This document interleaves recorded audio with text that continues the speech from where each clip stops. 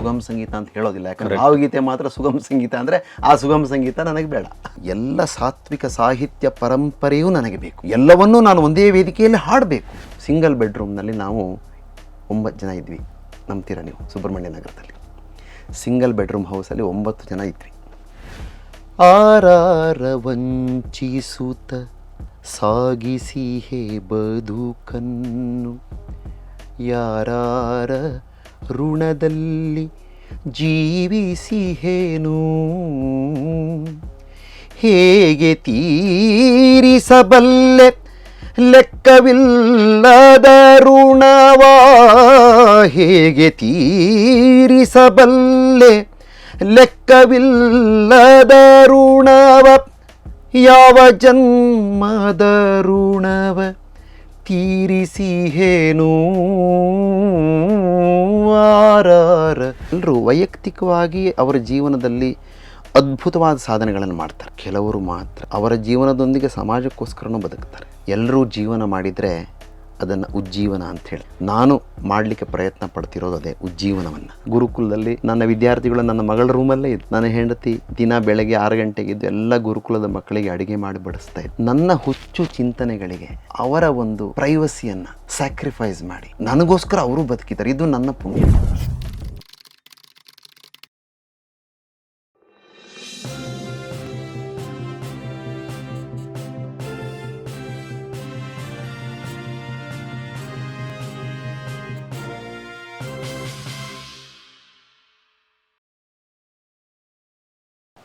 ಈ ಸಂದರ್ಭದಲ್ಲಿ ಇನ್ನೊಬ್ಬ ವ್ಯಕ್ತಿಯನ್ನು ನಾನು ನೆನೆಸ್ಕೊಳ್ಬೇಕು.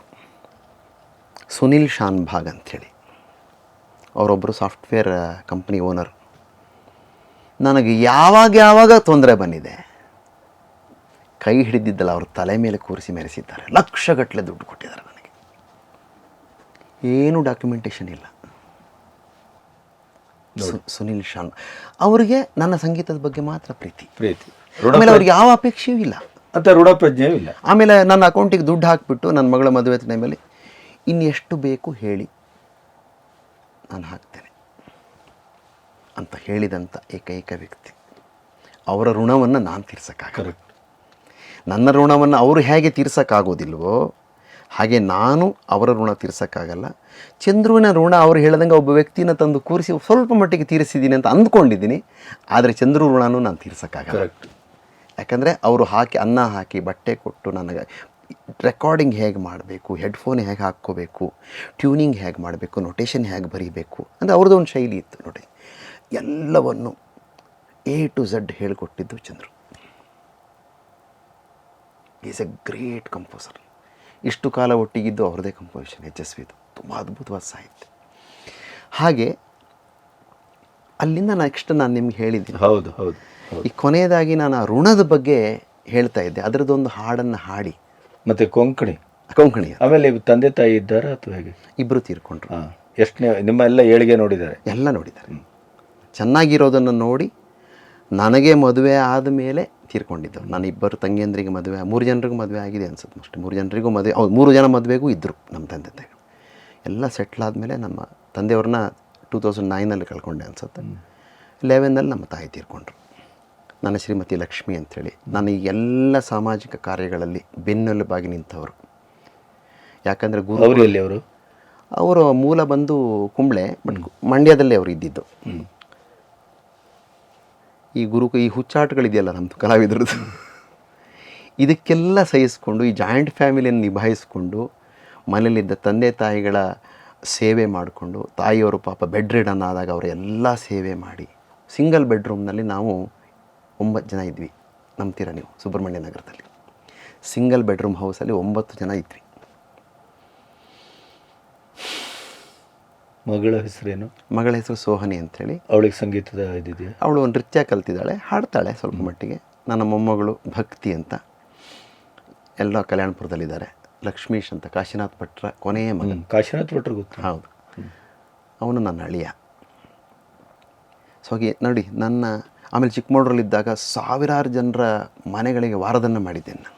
ಯಾಕಂದರೆ ಎಕ್ಸಾಮ್ ಟೈಮಲ್ಲಿ ನನಗೆ ಲಾಟ್ರಿ ಟಿಕೆಟ್ ಮಾರೋಕ್ಕಾಗ್ತಿರ್ಲಿಲ್ಲ. ಕರೆಕ್ಟ್. ಅವ್ರನ್ನೆಲ್ಲರನ್ನೂ ಈ ಸಂದರ್ಭದಲ್ಲಿ ನಾನು ನೆನೆಸ್ಕೊಳ್ತೀನಿ. ಯಾಕಂದರೆ ಎಲ್ಲರ ಹೆಸರುಗಳನ್ನು ಹೇಳಲಿಕ್ಕೆ ಆಗೋದ್ರೆ ಎಪಿಸೋಡ್ ತುಂಬ ದೊಡ್ಡದಾಗ್ತದೆ. ಋಣದ ಬಗ್ಗೆ ಹಾಡನ್ನು ಹೇಳಿ ಒಂದು ಕೊಂಕಣಿ. ಆ ಕೊಂಕಣಿಯನ್ನು ಹಾಡಿ ಮುಗಿಸ್ತೇನೆ. ಇದು ಸಿದ್ಧಾಯ ಪುರಾಣಿಕರ ಹಾಡು. ಈ ಹಳ್ಳಿಗಳಲ್ಲಿ ಈ ಹಸುವಿನ ಕೆಚ್ಚಲಿನಲ್ಲಿ ಹಾಲು ಬಿಡೋಕ್ಕೆ ಕರುವನ್ನು ಬಿಡ್ತಾರೆ. ಹೌದೌದು. ಯಾಕಂದರೆ ಅದೊಂದು ವಿಶೇಷವಾದ ಶಕ್ತಿ ಇದೆ ಹಸುವಿಗೆ. ಕೆಚ್ಚಲಿನಲ್ಲಿ ಹಾಲು ಬಿಡದೆ ಕಂಟ್ರೋಲ್ ಮಾಡ್ತಕ್ಕಂಥ ಶಕ್ತಿ ಇದೆ ಅದಕ್ಕೆ. ಹೌದು. ಅದಕ್ಕೆ ಈ ಹಳ್ಳಿಯವ್ರು ಏನು ಮಾಡ್ತಾರೆ ಅಂದರೆ ಆ ಕರುವನ್ನು ಬಿಡ್ತಾರೆ. ಕರುವನ್ನು ಬಿಟ್ಟು ಕೂಡಲೇ ಪಾಪ ನನ್ನ ಕಂದಮ್ಮ ಬಂತು ಅಂತೇಳಿ ಅವ್ರ ಕೆಚ್ಚಲಲ್ಲಿ ಫುಲ್ ಹಾಲು ಬಿಡುತ್ತೆ. ಎಳೆದು ಬಿಡ್ತಾರೆ. ಕರುವನ್ನು ಎಳೆದು ಸೈಡಿಗೆ ಕಟ್ಟಾಕಿ ಹಾಲು ಕರೀತಾರೆ. ಎಲ್ಲ ಕರೆದು ಏನು ಉಳಿದೇ ಇದ್ದಾಗ ಕರುವನ್ನು ಬಿಡ್ತಾರೆ. ನಾನೇ ನನ್ನ ಕಣ್ಣಾರೆ ನೋಡಿದ್ದೀನಿ, ಎಷ್ಟೋ ಸರಿ ಕೆಚ್ಚಲಲ್ಲಿ ರಕ್ತ ಸುರಿತಾ ಇರುತ್ತೆ. ಯಾಕಂದರೆ ಈ ಹಸು ಪಾಪ ಕರುವಿಗೆ ತಾಯಿ ಹಾಲೆಲ್ಲ ಇವ್ರು ತಗೊಂಡ್ಬಿಟ್ಟಿದ್ದಾರೆ, ಕುಡಿಲಿಕ್ಕೆ ಹಾಲಿಲ್ಲ. ಅದು ಎಳೆದು ಪಾಪ ನೋವಾದರೂ ಪಾಪ ಓದಿದೆ, ಹಲ್ಲು ಕಚ್ಚಿ ಸಹಿಸ್ಕೊಳ್ಳುತ್ತೆ, ಕೆಚ್ಚಲಲ್ಲಿ ರಕ್ತ ಎಳೆಯುತ್ತೆ. ನನ್ನ ಕಣ್ಣಾರೆ ನಾನು ಇದನ್ನು ಎಷ್ಟೋ ಸರಿ ನೋಡಿದ್ದೀನಿ. ಆಮೇಲೆ ಬೈದಿದ್ದೀನಿ ನಮ್ಮ ಗುರುತದವ್ರಿಗೆ, ಸ್ವಲ್ಪ ಆದರೂ ಹಾಲು ಕರುಗೆ ಬಿಡೋದಲ್ವ, ನೀವೆಲ್ಲ ಕರ್ಕೊಂಡ್ಬಿಟ್ರೆ ನೋಡಿ ಹೆಂಗಾಗಿದೆ. ಇದು ಒಂದು ಸಂದರ್ಭ.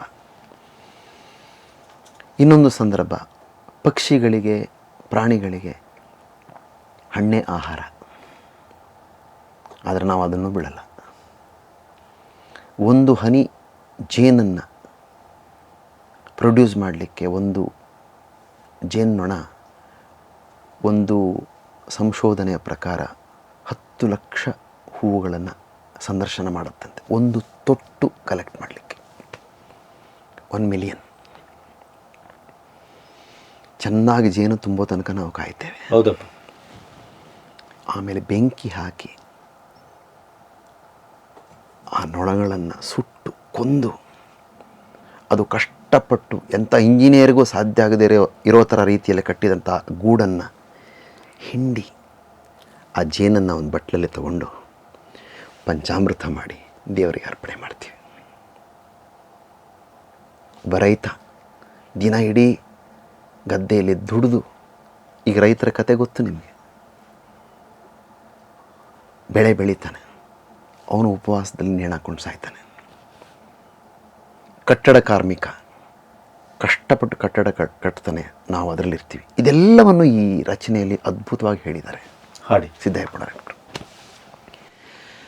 ಆರಾರ ವಂಚಿಸುತ್ತ ಸಾಗಿಸಿ ಹೇ ಬದುಕನ್ನು, ಯಾರಾರ ಋಣದಲ್ಲಿ ಜೀವಿಸಿಹೇನು, ಹೇಗೆ ತೀರಿಸಬಲ್ಲೆ ಲೆಕ್ಕವಿಲ್ಲದ ಋಣವ, ಹೇಗೆ ತೀರಿಸಬಲ್ಲೆ ಲೆಕ್ಕವಿಲ್ಲದ ಋಣವ, ಯಾವ ಜನ್ಮದ ಋಣವ ತೀರಿಸಿಹೇನು, ಆರಾರ ವಂಚಿಸುತ್ತ ಸಾಗಿಸಿಹೇ ಬದುಕನ್ನು, ಯಾರಾರ ಋಣದಲ್ಲಿ ಜೀವಿಸಿಹೇನು. ಕರುಗಳನ್ನು ವಂಚಿಸುತ್ತ ಕರೆದುಕೊಳ್ಳುವೆ ಹಾಲ, ಹಕ್ಕಿಗಳ ವಂಚಿಸುತ್ತ ಹಣ್ಣ ತರಿವೆ, ದುಂಬಿಗಳ ವಂಚಿಸುತ್ತ ಹೂವುಗಳನ್ನೆತ್ತುವೇನು,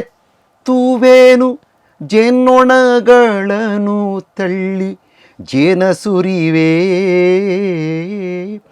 ಆರಾರ ವಂಚಿಸುತ್ತ ಸಾಗಿಸಿಹೇ ಬದುಕನ್ನು, ಆರಾರ ಋಣದಲ್ಲಿ ಜೀವಿಸಿಹೇನು.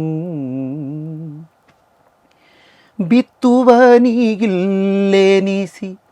ಭತ್ತವನ್ನು ಕೊಳ್ಳುವೇನು, ನೇಯ್ದವನಿಗಿಲ್ಲೆನಿಸಿ ಬಟ್ಟೆ ತೊಡುವೆ, ಬಿತ್ತುವನಿಗಿಲ್ಲೆನಿಸಿ ಭತ್ತವನ್ನು ಕೊಳ್ಳುವೇನು, ನೇಯ್ದವನಿಗಿಲ್ಲೆನಿಸಿ ಬಟ್ಟೆ ತೊಡುವೆ, ಕಟ್ಟಿದವಗಿಲ್ಲೆನಿಸಿ ಕಟ್ಟಡಗಳನ್ನು ಪಡೆವೆ, ಕಲಿಸಿದವಗಿಲ್ಲೆನಿಸಿ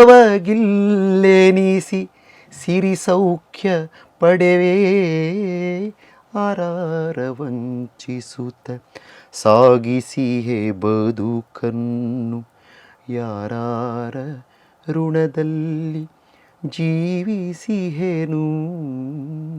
ಕೊನೆ ಕ್ಲೈಮ್ಯಾಕ್ಸ್ ಹೇಳ್ತಾರೆ ನೋಡಿ, ಋಣವನೀ ಸ್ಮರಿಸಿಕೋ, ಇದೆಲ್ಲದರ ಋಣವನೀ ಸ್ಮರಿಸಿಕೋ, ಋಣಮುಕ್ತಿಗಾಗಿಯೇ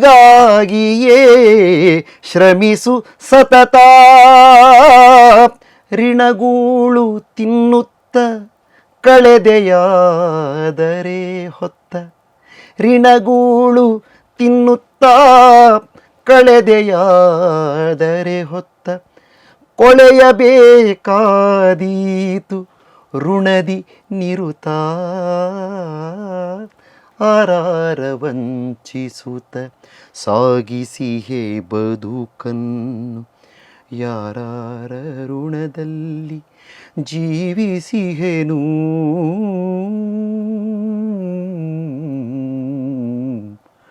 ಯಾರಾರ ಋಣದಲ್ಲಿ ಜೀವಿಸಿಹೆನು. ವಾ, ಇಡೀ ಬದುಕನ್ನು ಒಂದು ಋಣಪ್ರಜ್ಞೆಯನ್ನು ಎಷ್ಟು ಅದ್ಭುತ ಜಾಗೃತಗೊಳಿಸ್ತಕ್ಕಂಥ ಹಾಡು. ಇದು ಸಾಹಿತ್ಯದ ಶಕ್ತಿ. ಇದನ್ನು ನಮ್ಮಲ್ಲಿ ಎಷ್ಟು ಜನ ಬಳಸ್ಕೊಂಡಿದ್ದಾರೆ? ರಂಜನೆಗೆ ಬಳಸ್ಕೊಳ್ಳೋದು ಬಿಟ್ಟರೆ ಸಮಾಜ ಸುಧಾರಣೆಗೆ, ಚಿಂತನೆಗೆ ಹಚ್ಚತಕ್ಕಂಥ ಕೆಲಸ ಎಷ್ಟು ಜನ ಮಾಡಿದ್ದಾರೆ? ಅದೇ ನಮ್ಮ ಕಾವ್ಯ ಸಂಗೀತದ ಉದ್ದೇಶ. ಅದಕ್ಕೆ ನಾನು ಸುಗಮ ಸಂಗೀತ ಅಂತ ಹೇಳೋದಿಲ್ಲ, ಯಾಕಂದರೆ ಭಾವಗೀತೆ ಮಾತ್ರ ಸುಗಮ ಸಂಗೀತ ಅಂದರೆ ಆ ಸುಗಮ ಸಂಗೀತ ನನಗೆ ಬೇಡ. ನನಗೆಲ್ಲವೂ ಬೇಕು.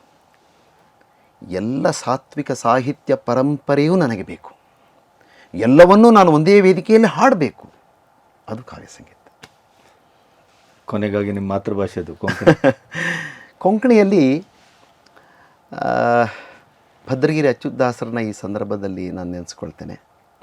ಅವರಿಗೆ ನನ್ನ ಕಂಡ್ರೆ ತುಂಬ ಪ್ರೀತಿ ಇತ್ತು. ಅವರ ಅತಿ ಹೆಚ್ಚಿನ ಹಾಡುಗಳನ್ನು ರೆಕಾರ್ಡ್ ಮಾಡಿರೋದು ನಾನು. ಆಮೇಲೆ ನಮ್ಮ GSB ಸಮುದಾಯದಲ್ಲಿ ಅತ್ಯಂತ ಜನಪ್ರಿಯ ಗಾಯಕನ ಸ್ಥಾನವನ್ನು ನನಗೆ ತಂದುಕೊಟ್ಟಿದ್ದು ಈ ಕೊಂಕಣಿ ಹಾಡುಗಳು. ಜಯನಾರಾಯಣ ಅಂತ ಒಂದು CD ಮಾಡಿದೆ. ಅದನ್ನು ಸಹಿತ ನಮ್ಮ ನಾಗೇಶ್ ವಿ ಭಟ್ ಅಂತ ಹೇಳಿದ್ನಲ್ಲ ಚಿಂಪಿ, ಅವರೇ ಪ್ರೊಡ್ಯೂಸ್ ಮಾಡಿದ್ದು. ಅವರೇ ಹಣ ಹಾಕಿ ನನ್ನನ್ನು ಪ್ರೋತ್ಸಾಹಿಸಿದ್ದು. ಆ CD ಆದಮೇಲೆ ನನ್ನ ಧ್ವನಿ ಇಡೀ ಕೊಂಕಣಿ ಸಮುದಾಯದಲ್ಲಿ ಪಸರಿಸಿತು, ಅತ್ಯಂತ ಉನ್ನತ ಮಟ್ಟಕ್ಕಿರ್ತು.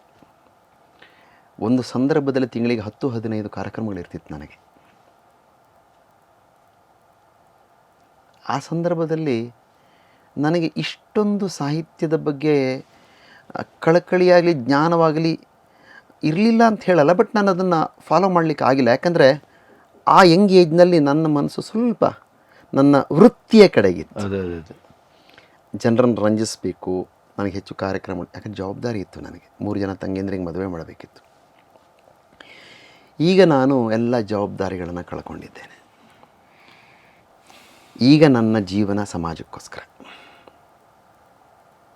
ಹಾಗಾಗಿ ನಾನು ಹೇಳ್ತಿದ್ದೇನೆ, ಈ ಜೀವನ ಸಮಾಜಕ್ಕೆ ಸಮರ್ಪಣೆ, ಈ ಧ್ವನಿ ಸಮಾಜಕ್ಕೆ ಸಮರ್ಪಣೆ. ಈ ಧ್ವನಿಯಿಂದ ಏನಾದರೂ ಸಮಾಜಕ್ಕೆ ಒಳ್ಳೆಯದಾಗೋ ಹಾಗಿದ್ದರೆ ನಾನು ಯಾವ ತ್ಯಾಗಕ್ಕೂ ಸಿದ್ಧನಾಗಿದ್ದೇನೆ. ಸದ್ಯದಲ್ಲೇ ಗಂಗೊಳ್ಳಿಯಲ್ಲಿ ಒಂದು ಗೋಶಾಲೆಯನ್ನು ನಿರ್ಮಾಣ ಮಾಡ್ತೀನಿ. ನಿನಾದ ಅಂತ ಒಂದು ಸಂಸ್ಥೆ, ನಾನು ಅದರಲ್ಲಿ ಮೆಂಬರ್ ಆಗಿದ್ದೀನಿ.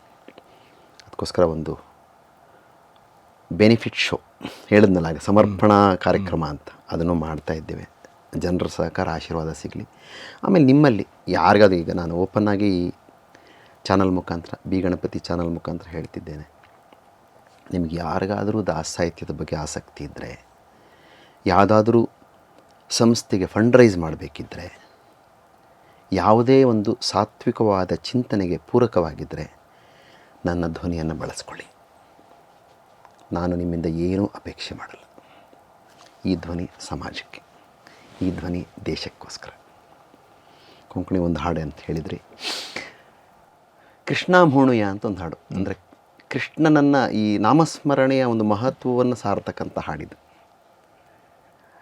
ಕಲಿಯುಗದಲ್ಲಿ ಮುಕ್ತಿಯನ್ನು ಕಂಡುಕೊಳ್ಳಬೇಕಾದ್ರೆ ಧ್ಯಾನವು ಕೃತಯುಗದಲ್ಲಿ, ಯಜ್ಞಯಾಗವು ತ್ರೇತಾಯುಗದಲ್ಲಿ, ಅರ್ಚನೆ ದ್ವಾಪರದಲ್ಲಿ, ಕೀರ್ತನ ಮಾತ್ರದಿ ಕಲಿಯುಗದಲ್ಲಿ ಮುಕುತಿಯ ನೀವ ಪುರಂದರ ವಿಠಲ ಅಂತ ಹೇಳಿದ್ದಾರೆ ಪುರಂದರದಾಸರು. ಧ್ಯಾನದ ಮುಖಾಂತರ ಮುಕ್ತಿ ಕೃತಯುಗದಲ್ಲಿ, ಯಜ್ಞ ಮತ್ತು ಯಾಗ ತ್ರೇತಾಯುಗದಲ್ಲಿ, ಅರ್ಚನೆ ದ್ವಾಪರದಲ್ಲಿ, ಕಲಿಯುಗದಲ್ಲಿ ಬರೀ ನಾಮಸ್ಮರಣೆ. ಕಷ್ಟ, ನೀವು ಧ್ಯಾನ ಗಿನ ಮಾಡೋಕ್ಕಾಗಲ್ಲ, ಬರೀ ನಾಮಸ್ಮರಣೆ ಮಾಡಿ. ಅದನ್ನೇ ಅಚ್ಯುತದಾಸರು ತುಂಬ ಚೆನ್ನಾಗಿ ಹೇಳಿದ್ದಾರೆ. ಕೃಷ್ಣ ಮೋಣುಯ ಕೃಷ್ಣ ಮೋಣುಯ, ಕೃಷ್ಣ ಕೃಷ್ಣ ಕೃಷ್ಣ ಮೋಣು ಮುಕ್ತಿ ಪಾವುಯ, ಕೃಷ್ಣ ಮೋಣುಯ ಕೃಷ್ಣ ಮೋಣುಯ, ಕೃಷ್ಣ ಕೃಷ್ಣ ಕೃಷ್ಣ ಮೋಣು ಮುಕ್ತಿ ಪಾವುಯ. ದೇವಕಿ ನಂದನ ಹರಿವಾಸುದೇವ,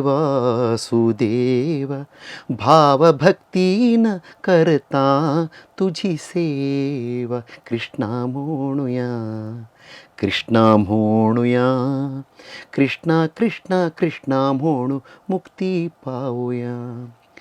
ಕಂಸವಿಮರ್ದನ ಕೌಸ್ತುಭಾಭರಣ, ಹಂಸರೂಪಿ ಹರಿಗೋಪೀರಮಣ, ವಂಶೀವಾದನ ನಿಪುಣ ಮೋಹನ, ಸಂಶಯುನಾರೇ ಸದ್ಗುಣಪೂರ್ಣ, ಕೃಷ್ಣ ಮೋಣುಯ ಕೃಷ್ಣ ಮೋಣುಯ, ಕೃಷ್ಣ ಕೃಷ್ಣ ಕೃಷ್ಣ ಮೋಣು ಮುಕ್ತಿ ಪಾವುಯ. ಆಠೈತಾತಿ ತಿಥಿ ಅಷ್ಟಮಿ, ಅಷ್ಟಮ ಗರ್ಭಾರೇ ತೂ ಸ್ವಾಮಿ, ಸೃಷ್ಟಿರಿ ಪ್ರಕಟನೋ ಗೋಕುಲಗ್ರಾಮಿ, ಶಿಷ್ಟರಕ್ಷಕ ಸರ್ವಾಂತರ್ಯಾಮಿ, ಕೃಷ್ಣ ಮೋಣುಯ ಕೃಷ್ಣ ಮೋಣುಯ, ಕೃಷ್ಣ ಕೃಷ್ಣ ಕೃಷ್ಣ ಮೋಣು ಮುಕ್ತಿ ಪಾವುಯ. ಬಾಲಮುಕುಂದ ನವನೀತ ಚೋರ, ಮೂಲನಾರಾಯಣ ಮದನಾಕಾರ, ಖೂಳಮುರಾಸುರ ದೈತ್ಯ ಸಂಹಾರ, ಸ್ಥೂಲ ಸೂಕ್ಷ್ಮತು ಜಗದಾಧಾರ, ಕೃಷ್ಣ ಮೋಣುಯ ಕೃಷ್ಣ ಮೋಣುಯ, ಕೃಷ್ಣ ಕೃಷ್ಣ ಕೃಷ್ಣ ಮೋಣು ಮುಕ್ತಿ ಪಾವುಯ, ಕೃಷ್ಣ ಕೃಷ್ಣ ಕೃಷ್ಣ ಮೋಣು ಮುಕ್ತಿ ಪಾವುಯ, ಕೃಷ್ಣ ಕೃಷ್ಣ ಕೃಷ್ಣ ಮೋಣು ಮುಕ್ತಿ ಪಾವುಯ. ಮುಕ್ತಿಯನ್ನು ಪಡೀಲಿಕ್ಕೆ ಕೃಷ್ಣ ಅಂದರೆ ಸಾಕು ಅಂತ. ಭಾಳ ಚೆನ್ನಾಗಿತ್ತು, ಭಾಳ ಚೆನ್ನಾಗಿತ್ತು. ಒಂದು ಬಹಳ ಕಾಲದ ಒಂದು ಕನಸಾಗಿತ್ತು ನನಗೆ, ನಿಮ್ಮೊಟ್ಟಿಗೊಂದು ಮಾತಾಡಬೇಕು, ನಿಮ್ಮ ಜೀವನದ ಸಾಧನೆಯ ಸಾರ್ಥಕತೆಯ ಮಜಲುಗಳನ್ನು ಎಲ್ಲೋ ಒಂದು ಕಡೆ ದಾಖಲಿಸಬೇಕು ಅಂತಿತ್ತು. ಬಹಳ ಖುಷಿಯಾಯಿತು. ನೀವು ಯಾವಾಗ MITಯಲ್ಲಿ ಕೆಲಸ ಮಾಡ್ತಾ ಇದ್ರೋ ಅದೇ ಸಂದರ್ಭದಲ್ಲಿ ನಾನು ಉದಯವಾಣಿಯ ಗ್ರೂಪಿಗೆ ಜಾಯ್ನ್ ಆದಂಥ ನೆನಪಿದೆ ನನಗೆ ಸಂದರ್ಭ ಅದು. ನಿಮ್ಮ ಸಮಾಜದ ಬಹುತೇಕ ಒಂದು ಅಂತರ್ಧನಿಯಾಗಿ ನಾನು ಬದುಕಿದೆ ಒಂದು 29-30 ವರ್ಷ. ಹಾಗಾಗಿ ಆ ಒಂದು ಕಾರಣಕ್ಕಾಗೂ ನಿಮ್ಮ ಬಗ್ಗೆ ನನಗೆ ಬಹಳ ಗೌರವ.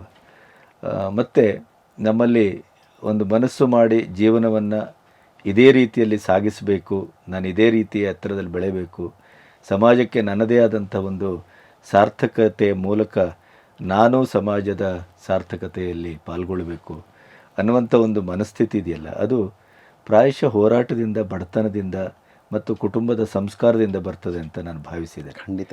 ಹಾಗಾಗಿ ಅದಕ್ಕೊಂದು ಸಾಕ್ಷ್ಯ ಪ್ರಜ್ಞೆ ನೀವು. ಸೊ ಇವತ್ತು ಬಹಳ ಸುದೀರ್ಘವಾಗಿ ನಿಮ್ಮೊಟ್ಟಿಗೆ ಮಾತಾಡಿದ್ದು, ಈ ಎಲ್ಲ ಎಪಿಸೋಡ್ಗಳಲ್ಲಿ ಪ್ರಾಯಶಃ ನಾವು ಹೆಚ್ಚು ನಿಷ್ಠುರವಾಗಿ ನೀವು ಮಾತಾಡಿದ್ದೀರಿ. ಕಷ್ಟಗಳನ್ನು, ನಷ್ಟಗಳನ್ನು, ನಿಮಗೆ ನೋವು ಕೊಟ್ಟವರನ್ನು ಎಲ್ಲರನ್ನೂ ನೆನಪಿಸಿದ್ದೀರಿ. ಬಹುಶಃ ಇದೊಂದು ನೆನಪಿನ ಯಾನ ಇದು. ಹಾಗಾಗಿ ಇನ್ನು ಮುಂದಿನ ಜೀವನವೂ ಕೂಡ ನಿಮ್ಮ ಅಪೇಕ್ಷೆಯಂತೆ ಭಾಳ ಒಳ್ಳೆಯದಾಗಲಿ, ಸಾರ್ಥಕ್ಯವಾಗಲಿ, ಮತ್ತು ನೀವು ಒಂದು ಮಾದರಿಯಾಗಿದ್ದೀರಿ ಅಂತ ನಾನು ಭಾವಿಸ್ತೇನೆ.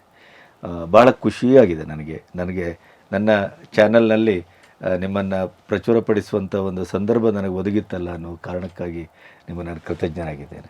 ನಮಸ್ತೆ. ನಿಮಗೂ ಧನ್ಯವಾದಗಳು. ನಾನು ಸಹಿತ ನನ್ನ ಅಂತರಾಳದ ಮಾತುಗಳನ್ನು ಹಂಚಿಕೊಳ್ಳಲಿಕ್ಕೆ ನಿಮ್ಮ ಚಾನಲ್ ನನಗೆ ಸಹಕಾರಿಯಾಗಿದೆ, ಆಧರಿಸಿದೆ. ಆ ನಿಟ್ಟಿನಲ್ಲಿ ನಿಮಗೆ ಧನ್ಯವಾದಗಳು. ಹಾಗೆ ನಾನು ಶ್ರೋತೃಗಳಿಗೆ ಹೇಳಲಿಕ್ಕೆ ಇಷ್ಟಪಡೋ ಇನ್ನೊಂದು ವಿಚಾರ ಅಂದರೆ, ನಾನು ಯಾವುದೇ ಫಿಲ್ಟರ್ ಇಲ್ಲದೆ ಇವತ್ತು ಮಾತಾಡಿದ್ದೀನಿ. ಯಾರನ್ನೋ ಖುಷಿ ಪಡಿಸ್ಬೇಕು ಅಂತಲೂ ಮಾತಾಡಿಲ್ಲ, ಯಾರನ್ನೋ ನೋಯಿಸಬೇಕು ಅಂತಲೂ ಮಾತಾಡಿಲ್ಲ. ನಿಮ್ಮ ಆತ್ಮನಿವೇದನೆ ಇದು ಪ್ರಾಮಾಣಿಕವಾಗಿ ಹೊರಗೆ ಬಂದಂಥ ಮಾತುಗಳು. ಹೌದು, ನಾನು ಅದಕ್ಕೆ ಹೇಳಿದೆ ಅಂತರಾಳದ ಮಾತುಗಳು ಅಂತ. ಹೌದು. ಇಲ್ಲಿ ನನ್ನ ಗಂಟಲು ಮಾತಾಡಿಲ್ಲ, ನನ್ನ ಹೃದಯ ಮಾತಾಡಿ. ಹೌದಪ್ಪ, ಹೌದು. ಆಮೇಲೆ ನಾನು ಯಾರನ್ನೂ ಅವಮಾನಿಸಬೇಕು ಅಂತಾಗಲಿ ನೋಯಿಸಬೇಕು ಅಂತಾಗಲಿ ಮಾತಾಡಿಲ್ಲ. ನನಗಾದ ಅನುಭವ ನಿಮಗೂ ಆಗಬೇಕು ಅಂತಲೂ ಇಲ್ಲ. ಆದರೆ ನನಗಾಗಿದ್ದು ಮಾತ್ರ ಸತ್ಯ. ಸೂರ್ಯ ಚಂದ್ರ ಹೇಗೆ ಇದ್ದಾರೋ ಅಷ್ಟೇ ಸತ್ಯ. ಇಲ್ಲಿ ಯಾರನ್ನೂ ದೂಷಿಸಬೇಕು ಅಂತಾಗಲಿ, ಯಾರನ್ನಾದರೂ ಕೀಳಾಗಿ ಕಾಣಬೇಕು ಅಂತಾಗಲಿ ನನ್ನ ಮನಸ್ಸಿನಲ್ಲಿ ಇಲ್ಲ, ಭಾವನೆ ಇಲ್ಲ. ಇದೊಂದು ಅತ್ಯಂತ ಪ್ರಾಮಾಣಿಕವಾದ ಚಿಂತನೆ ಹಾಗೂ ಸಮರ್ಪಣೆ. ಆ ನಿಟ್ಟಿನಲ್ಲಿ ನೀವು ಅದೇ ರೀತಿ ತಗೊಂಡು ನನ್ನನ್ನು ಆಶೀರ್ವದಿಸಬೇಕು. ನನ್ನ ಇಡೀ ಜೀವನವನ್ನು ನಾನು ಸಮಾಜಕ್ಕೋಸ್ಕರ ಮುಡಿಪಾಗಿಟ್ಟಿದ್ದೇನೆ, ಧ್ವನಿ ಮಾತ್ರ ಅಲ್ಲ. ಆಮೇಲೆ ಕಲಾವಿದರು ಮತ್ತೆಲ್ಲರೂ ಸಹಿತ ನಾನು ನಿಮ್ಮನ್ನು ಒಂದು ಕೋರಿಕೆ ಕೇಳೋದಿದೆ. ಮುಂದೆ ನೀವು ಇಂಟರ್ವ್ಯೂ ಮಾಡುವಾಗ ಅಧಿಕ ಪ್ರಸಂಗ ಅಂದಬೇಡಿ. ಎಲ್ಲ ಮುಗಿದ ಮೇಲೆ ನೀವು ಸಮಾಜಕ್ಕೋಸ್ಕರ ಏನು ಮಾಡಬೇಕು ಅಂತಿದ್ದೀರಿ, ಏನು ಮಾಡಿದ್ದೀರಿ, ಇದೊಂದು ಪ್ರಶ್ನೆ ಕಾಮನ್ ಆಗಿ ಇಟ್ಕೊಳ್ಳಿ. ಇದು ಯಾಕೆ ನಾನು ಹೇಳ್ತಿದ್ದೀನಿ ಅಂದರೆ, ಎಲ್ಲರೂ ವೈಯಕ್ತಿಕವಾಗಿ ಅವರ ಜೀವನದಲ್ಲಿ ಅದ್ಭುತವಾದ ಸಾಧನೆಗಳನ್ನು ಮಾಡ್ತಾರೆ. ಕೆಲವರು ಮಾತ್ರ ಸಮಾಜಕ್ಕೋಸ್ಕರ, ಅವರ ಜೀವನದೊಂದಿಗೆ ಸಮಾಜಕ್ಕೋಸ್ಕರನೂ ಬದುಕ್ತಾರೆ. ಎಲ್ಲರೂ ಜೀವನ ಮಾಡಿದರೆ ಅದನ್ನು ಉಜ್ಜೀವನ ಅಂತ ಹೇಳ್ತಾರೆ. ಹೌದು. ನಾನು ಮಾಡಲಿಕ್ಕೆ ಪ್ರಯತ್ನ ಪಡ್ತಿರೋದು ಅದೇ, ಉಜ್ಜೀವನವನ್ನು. ನನ್ನ ಹೊಟ್ಟೆಪಾಡಿಗೋಸ್ಕರ ನನ್ನ ಎಲ್ಲ ಆದರ್ಶಗಳನ್ನು ಬಲಿ ಕೊಟ್ಟಿಲ್ಲ. ಆದರ್ಶಗಳನ್ನೇ ನನ್ನೊಟ್ಟಿಗೆ ಹೊತ್ತುಕೊಂಡು, ತಲೆ ಮೇಲೆ ಹೊತ್ಕೊಂಡು ಬದುಕಿದ್ದೇನೆ, ಪ್ರಾಮಾಣಿಕವಾಗಿ ಬದುಕಿದ್ದೇನೆ. ನಾನು ಜೀವನದಲ್ಲಿ ತುಂಬ ತಪ್ಪುಗಳನ್ನು ಮಾಡಿದ್ದೇನೆ. ನನ್ನನ್ನು ತುಂಬ ಜನ ಕ್ಷಮಿಸಿದ್ದಾರೆ. ನಾನು ಎಷ್ಟೋ ವಿಚಾರಗಳನ್ನು ನನ್ನ ಕುಟುಂಬದವರು ಸಹಿತ ನಾನು ನೋವು ಮಾಡಿದ್ದೇನೆ. ನನ್ನ ಈ ಹುಚ್ಚಾಟಗಳನ್ನು ನಮ್ಮ ಕುಟುಂಬದ ನನ್ನ ಹೆಂಡತಿಯಾಗಲಿ ಮಗಳಾಗಲಿ ಸಹಿಸ್ಕೊಂಡಿದ್ದಾರೆ. ಗುರುಕುಲದಲ್ಲಿ ನನ್ನ ವಿದ್ಯಾರ್ಥಿಗಳು ನನ್ನ ಮಗಳ ರೂಮಲ್ಲೇ ಇದ್ದರು. ನನ್ನ ಹೆಂಡತಿ ದಿನ ಬೆಳಗ್ಗೆ 6 ಗಂಟೆಗಿದ್ದು ಎಲ್ಲ ಗುರುಕುಲದ ಮಕ್ಕಳಿಗೆ ಅಡುಗೆ ಮಾಡಿ ಬಡಿಸ್ತಾ ಇದ್ಳು. ನನ್ನ ಹುಚ್ಚು ಚಿಂತನೆಗಳಿಗೆ ಅವರ ಒಂದು ಪ್ರೈವಸಿಯನ್ನು ಸ್ಯಾಕ್ರಿಫೈಸ್ ಮಾಡಿ ನನಗೋಸ್ಕರ ಅವರು ಬದುಕಿದ್ದಾರೆ. ಇದು ನನ್ನ ಪುಣ್ಯ. ಹೆಚ್ಚು ಕುಟುಂಬಗಳಲ್ಲಿ ಇದು ಆಗೋದಿಲ್ಲ. ಹೌದೌದು. ಮದುವೆಯಾಗಿ ಬಂದ ಕೂಡಲೇ ಬೇರೆ ಹೋಗೋಣ, ಇವರ ಮನೆಯಲ್ಲಿ ಏಜ್ ಆದ ತಾಯಿ ಇದ್ದಾರೆ ಅಂತೆಲ್ಲ ಹೇಳ್ತಾರೆ. ನನ್ನ ಹೆಂಡತಿ ಇದೆಲ್ಲವನ್ನೂ ಸಹಿಸಿಕೊಂಡು ನನ್ನ ಉನ್ನತವಾದ ಚಿಂತನೆಗೆ ಆಸರೆಯಾಗಿ ಬೆನ್ನೆಲುಬಾಗಿ ಜೀವನ ಪೂರ್ತಿ ನಿಂತಿದ್ದಾಳೆ. ಅವಳಿಗೆ ನಾನು ಈ ವೇದಿಕೆಯ ಮುಖಾಂತರ ಹೃತ್ಪೂರ್ವಕ ಕೃತಜ್ಞತೆಗಳನ್ನು ಸಲ್ಲಿಸ್ತಾ ಇದ್ದೇನೆ. ಅದೇ ರೀತಿ ನನ್ನ ಮಗಳು, ನನಗೆ ಇಂಡಿಪೆಂಡೆಂಟ್ ರೂಮ್ ಬೇಕು, ಯಾರೂ ಇರೋಂಗಿಲ್ಲ ಅಂತ ಯಾವತ್ತೂ ಅವಳು ಹೇಳಲಿಲ್ಲ. ನನ್ನ ವಿದ್ಯಾರ್ಥಿನಿಯರು ಅವಳ ಬೆಡ್ರೂಮ್ನಲ್ಲೇ ಮಲ್ಕೋತಾ ಇದ್ರು. ಎಷ್ಟು ಕಾಂಪ್ರಮೈಸ್ ಆಗಬೇಕು. ಸೊ ಅದನ್ನೆಲ್ಲ ಅವ್ರು ಮಾಡಿದ್ದಾರೆ. ಯಾರಿಗೋಸ್ಕರ? ನನಗೋಸ್ಕರ. ಸೊ ನನ್ನ ಕುಟುಂಬದವರು ಎಲ್ಲರಿಗೂ ನಾನು, ನನ್ನ ಮಗಳಿಗೆ, ನನ್ನ ಶ್ರೀಮತಿಯವರಿಗೆ ನಾನು ಧನ್ಯವಾದಗಳನ್ನ ಹೇಳ್ತೇನೆ. ಮತ್ತು ಇಷ್ಟೊತ್ತು ಪ್ರೀತಿಯಿಂದ ಕೇಳಿದ ನಿಮಗೆಲ್ಲರಿಗೂ ಸಹಿತ ಹೃತ್ಪೂರ್ವಕ ಧನ್ಯವಾದಗಳು. ದೇವರೆಲ್ಲರಿಗೂ ಒಳ್ಳೇದು ಮಾಡಲಿ. ನನ್ನ ಸೇವೆ ಇಡೀ ಸಮಾಜಕ್ಕೆ ಸಿಗುವ ನಿಟ್ಟಿನಲ್ಲಿ ನಿಮ್ಮ ಸಹಕಾರವೂ ಇರಲಿ ಅಂತ ಕೇಳ್ಕೊಳ್ತೇನೆ. ಮತ್ತೊಮ್ಮೆ ನಿಮಗೂ ಧನ್ಯವಾದ. ನಮಸ್ತೆ. ನಮಸ್ಕಾರ. ನಮಸ್ತೆ. ನಮಸ್ತೆ. ನಮಸ್ಕಾರ. ಕೆಲವರ ಜೀವನದಲ್ಲಿ ಕೆಲವರು ಆಪದ್ ಬಾಂಧವರಾಗಿ ಬರ್ತಾರೆ. ಅಂಥದ್ರಲ್ಲಿ ನನ್ನ ಈ ಸಂಗೀತ ಪಯಣದಲ್ಲಿ ಆಪದ್ ಬಾಂಧವರಾಗಿ ಬಂದವರಲ್ಲಿ ಶಂಕರ್ ಶಾನ್ಭಾಗ್ ಅವರು ಒಬ್ಬರು. ಯಾಕೆ ಹೇಳ್ತಾ ಇದ್ದೀನಿ ಅಂತಂದರೆ, ಕೆಲವು ಹಾಡುಗಳಲ್ಲಿ ನಾವು ಕಂಪೋಸ್ ಮಾಡ್ತಾ ಇರುವಾಗ ಅಲ್ಲಲ್ಲಿ ಸ್ಟಕ್ ಆಗ್ತೀವಿ, ನಮಗೆ ಏನು ಹೊಳೆಯದೇ ಹೋಗುತ್ತೆ. ಅಂಥ ಸಂದರ್ಭದಲ್ಲಿ ಸ್ವಲ್ಪ ಆಲಾಪಗಳು ಎತ್ತಿಕೊಟ್ಟು ನಮಗೆ ಸ್ಫೂರ್ತಿ ಕೊಟ್ಟಂಥವರು ಶಾನ್ಭಾಗ್ ಅವರು, ಶಂಕರ್ ಅವರು. ಒಂದು ಈ ಲಾಲಿ ಸುವಾಲಿ ಹಾಡೆಲ್ಲ ಲಾಲಿ ನೀವು ಕೇಳಿದ್ರಿ, ಅದು ಕಂಪೋಸ್ ಮಾಡ್ತಾ ಇರುವಾಗ ನನಗೆ ಒಂದು 5-6 ಟ್ಯೂನ್ ಮಾಡ್ತಾ ಇದ್ರು ಕೂಡ ಡಿ ರಾಜೇಂದ್ರ ಬಾಬು ಓಕೆ ಮಾಡ್ತಿರ್ಲಿಲ್ಲ. ಆವಾಗ ಇವರು ಆಲಾಪ ಮಾಡ್ತಾ ಹೋದರು. ಆಲಾಪ ಕೇಳ್ತಾ ಕೇಳ್ತಾ ಕೇಳ್ತಾ ಆ ಟ್ಯೂನ್ ನನಗೆ ಬಂತು. ಅದಾದಮೇಲೆ ಗುಂಡನ ಮದುವೆ ಸಿನಿಮಾದಲ್ಲಿ ಆರಿಗೆ ವಧುವಾದ ಒಂದು ಹಾಡನ್ನು ನಾನು ಸಂಪೂರ್ಣವಾಗಿ ಶಂಕರ್ ಅವರಿಗೆ ಬಿಟ್ಟೆ, ನೀವೇ ಮಾಡಿಬಿಡಿ ಹಾಡನ್ನು ಅಂತ ಪೂರ್ತಿ ಅವರೇ ಮಾಡಿದ್ರು. ಅದಾದಮೇಲೆ ಗೆಜ್ಜೆನಾದ, ಮಿಸ್ಟರ್ ಪುಟ್ಟಸ್ವಾಮಿ, ಇದನ್ನೆಲ್ಲ ಈ ಸಂಗೀತ ಇರುವಂಥ ಶಾಸ್ತ್ರೀಯ ಸಂಗೀತ ಆಧಾರಿತ ಹಾಡುಗಳನ್ನೆಲ್ಲ ನಾನು ಮಾಡಕ್ಕೆ ಹೋಗ್ತಿರ್ಲಿಲ್ಲ, ಅವರಿಗೆ ಬಿಡ್ತಿದ್ದೆ. ಆಮೇಲೆ ಶಂಕರ್ ಅವರು ವರ್ಸಟೈಲ್ ಸಿಂಗರು, ಜಾನಪದ ಕೂಡ. ಈ ಇದರಲ್ಲಿ ಇದರಲ್ಲಿ ಜನ್ಮದಾತ ಸಿನಿಮಾದಲ್ಲಿ ಡೆನ್ನನ ಡೆನ್ನನ ಡೆನ್ನನ ಡೆನ್ನನ ಡೆನ್ನನ ಮೊಟ್ಟ ಮೊದಲು ಭೂಮಿಯಲ್ಲಿ ಕರೆಂಟ್ ಕಂಡಿಡಿದ ಪ್ಯಾರಡೆಗೆ ಖುಷಿಲಿ ಏನಾಯ್ತು ಹಾಡೋದಿಲ್ಲ, ಅದು ಒಂದು ಜಾನಪದ ಶೈಲಿ ಹಾಡು. ಅದಾದ್ಮೇಲೆ ಇದರಲ್ಲಿ ನಮ್ಮ ಹುಡುಗದಲ್ಲಿ ಅಂಬಾಲೆಲೆ ತಾಂಬುಲೆಲೆ ಅಂಬಾರದ ಮಾವಿನೆಲೆ, ಆ ಹಾಡು ಒಂದು ಬುಡಕಟ್ಟು ಜನರ ಶೈಲಿಯ ಹಾಡು. ಅದು ಕೂಡ ಅವರು ಆ ಹಾಡಲ್ಲಿ ಕೂಡ ಸೈ, ಇದು ಕೂಡ ಸೈ. ಆಮೇಲೆ ಸ್ವಸ್ತಿಕಲ್ಲಿ 7 ಜನ್ಮದಲ್ಲ. ಸೊ ಹೀಗೆ ಅನೇಕ ಸಂದರ್ಭದಲ್ಲಿ ನನಗೆ ಸಹಕಾರಿಯಾಗಿ ನನ್ನ ಜೊತೆ ಕೆಲಸ ಮಾಡಿ ತುಂಬ. ಆಮೇಲೆ ನನಗೆ ನೊಟೇಷನ್ ಬರೀ ಕೇಳ್ಕೊಟ್ಟಿದ್ದೆ ಶಂಕರ್ ಅವರು. ಅಲ್ಲಿವರೆಗೆ ನಾನು ಬಾಯಲ್ಲಿ ಮಾತ್ರ ಟ್ಯೂನ್ ಹೇಳ್ತಾ ಇದ್ದೆ. ಅವ್ರು ಹೇಳ್ಕೊಟ್ಟ ಮೇಲೆ ನನಗೆ ಅದು ಬರೆಯೋದಕ್ಕೂ ನನಗೆ ಇದಾಯಿತು. ಹೀಗೆ ಭಾಳಷ್ಟು ನನಗೆ ನನ್ನ ಈ ಸಂಗೀತ ಪ್ರಯಾಣದಲ್ಲಿ ನನಗೆ ತುಂಬ ನನ್ನ ಜೊತೆ ಸಹಕಾರ ಕೊಟ್ಟು ನನಗೆ ನನ್ನನ್ನು ಹುರಿದುಂಬಿಸಿ ನನ್ನ ಜೊತೆ ಕೆಲಸ ಮಾಡಿದಂಥವ್ರು. ಆಮೇಲೆ ಅವರು ಹಿಂದೂಸ್ತಾನಿ ವಿದ್ವತ್ತಿದ್ದರೂ ಕೂಡ ನನಗೆ ಶಾಸ್ತ್ರೀಯ ಸಂಗೀತ ಗೊತ್ತಿಲ್ಲ ಅಂತ ಅನ್ನೋದು ಅವ್ರಿಗೆ ಗೊತ್ತಿದ್ರು ಕೂಡ ಯಾವುದೇ ಒಂದು ಇದು ಮಾಡದೆ, ತಾರತಮ್ಯ ಮಾಡದೆ ನನಗೆ ಭಾಳ ಸಹಕಾರ ಕೊಟ್ಟಂಥವ್ರು ಶಂಕರ್ ಶಾನ್ಭೋಗ್ ಅವರಿಗೆ ನಾನು ಯಾವತ್ತೂ ಶುಭ ಕೋರ್ತೀನಿ. All the best Shankar.